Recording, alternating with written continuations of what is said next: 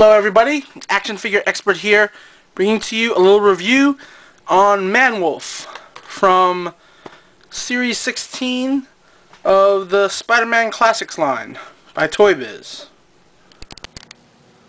Alright, let's take a close look at the detail on this guy.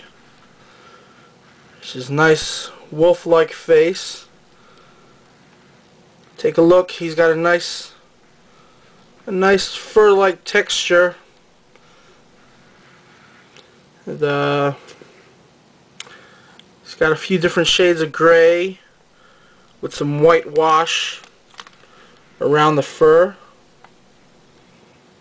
He's got this yellow outfit on, a little green trim there. Take a look at his red eyes, pointy ears, just like a wolf should be. He's got some pointy toenails and fingernails. Not too bad for the way he should look. But, yeah, there's a little bit of the detail on this figure. Let's get down to the articulation. Alright, Manwolf here has 34 points of articulation. Let's get down to that. It's got your toe articulation there. It's got side to side on the foot. Your heel right there, or ankle. It's got double jointed knees, as you can see there. It's got swivel on the upper thigh, and he's got a ball hinged upper thigh joint. On his hands there, he's got some finger articulation. He's got a swivel there and a hinge on his wrist. He's got double jointed elbows. You'll see that there. They're a little stiff. He's got a swivel there. And he's got ball hinged shoulders, as well as articulation on the waist and a mid-body articulation there. And yeah, that's basically it on the articulation. Not too bad. He's got a little articulation here on the head, but technically it's not articulated. It's part of the gimmick, which I'll show you. Alright.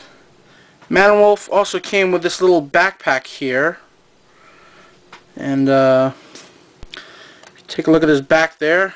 There's a couple of holes to plug this backpack into. And once you plug that in, here's why they called it the Howling Manwolf. There's a button on the back there. You can see that. And you press on that button. His jaw opens up, and a little sound effect of him howling comes up. And if you can see that there, that little red piece underneath his neck lights up.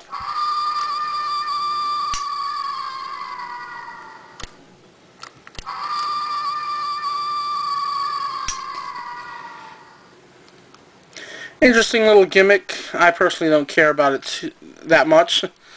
But yeah, it's a pretty nice figure. Overall, you know, it's not too essential to get, but if you really love Spider-Man villains, I say definitely try to acquire it. Overall, articulation, because of that gimmick on his head, the articulation, I'm only giving it like a 7. Personally, I wish it didn't have that gimmick, because you really can't pose him in a wolf-like position if you know what I mean, because his head is permanently facing downward. So yeah, articulation is only like a 7. Availability, as far as I know, he was pretty hard to find. He came out in one of the later waves of the Spider-Man classics. I personally never saw him sitting around that much. Detail, pretty well detailed and pretty well accurate from the way he looked in the comic books. If you didn't know anything about Manwolf, believe it or not, Manwolf is J. Jonah Jameson's son.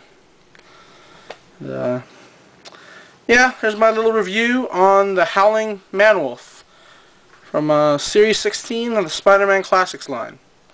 Alright, thanks for watching.